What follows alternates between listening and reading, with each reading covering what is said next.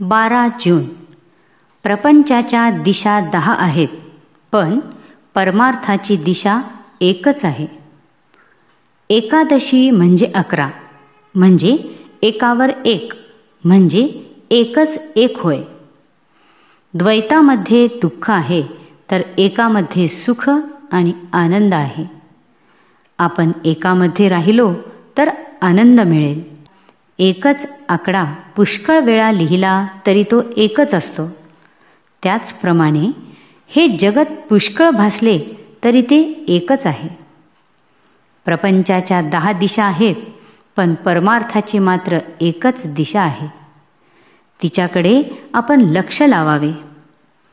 काही न करणे अर्थात मनाने हा खरा परमार्थ होय. परमार्थामध्ये उपाधी मुळीच नाही. उपाधी नाही म्हणजे किती नाही, तर मी सुद्धा तेथे नाही. प्रपंच हा द्वैत आहे, त्याचे अवडंबर मोठे असणारच.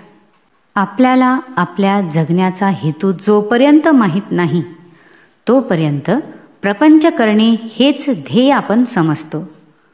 वास्तविक मनुष्य प्राणी हा देह व मन दोन्ही मिळून आहे. म्हणून त्याने ऐहिक व पारलौकिक दोन्ही गोष्टी साधल्या पाहिजेत. परमार्थ साधने हाच आपल्या जन्माचा खरा हेतू आहे. व्यवहारात द्वैताशिवाय आनंद नाही. म्हणून परमार्थात मानसपूजेत पहिल्याने मी आणि परमात्मा अशा द्वैताने सुरुवात करावी लागते. जोपर्यंत परमार्थ आपल्या हाडीमांसी खिळला नाही तोपर्यंत आपल्याला वाचनाची गरज आहे. त्यापासून साधनाला जोर येतो. मन भगवंताकडे गुंतविण्यासाठी काय करावे हे पाहावे. एक बाप आपल्या मुलाला पोहायला शिकवित होता. बापाने मुलाला पहिल्या प्रथम घोट्या इतक्या पाण्यात आणले, नंतर ढोपरा इतक्या पाण्यात आणले, नंतर थोडे आणखी पुढे आणले आणि एक दिवस त्यांनी मुलाला पाण्यात खेचून घेतले. त्याचप्रमाणे आपले गुरु आपल्याला परमार्थ शिकवित असतात. आपण पाण्यात उतरले मात्र पाहिजे. देहाने प्रपंच केला पण तो फळास येत नाही, म्हणून संतांनी नामस्मरणाचा मार्ग सांगितला. पण आमचे शहाणपण, आमचा अभिमान नाम घेण्याच्या आड येतो, त्याला काय करावे? हा अभिमान दुसरा कोणी उत्पन्न करतो असे थोडेच आहे. आपल्याला कळत नाही असे वासनेचे सूक्ष्म बीज आपल्यात कोठेतरी दडलेले असते. त्यामुळे लौकिक सुटत नाही. याकरिता संतांनी स्वतः एक मार्ग सुचविला आहे, आणि तो म्हणजे नामस्मरणात राहून विषयाची उर्मी उठून न देणे. आपण काही न करताच संतांना दोष देतो.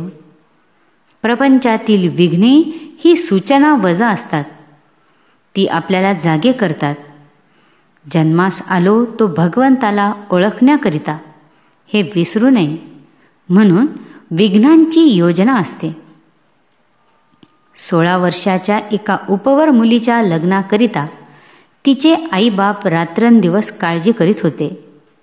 मुलगी म्हणाली, तुम्ही का मला या घरातून दुसऱ्याच्या घरी घालविण्याकरिता दुःख करता? आता बाप तिला काय बरे उत्तर देईल? दूर जाण्यातच तुझे हित आहे असेच तो तिला सांगेल ना. त्याप्रमाणे विघ्ने ही भगवंताच्या जवळ जाण्याकरिताच येत असतात. तेव्हा त्यांना न घाबरता भगवंताच्या नामातच स्वतःला विसरून जावे, हाच परमार्थाचा सोपा मार्ग आहे. श्रीराम जय राम, जय जय राम. आजचा सुविचार. नाम हे प्रारब्धाने येत नाही आणि कर्माने जात नाही. जय श्रीराम.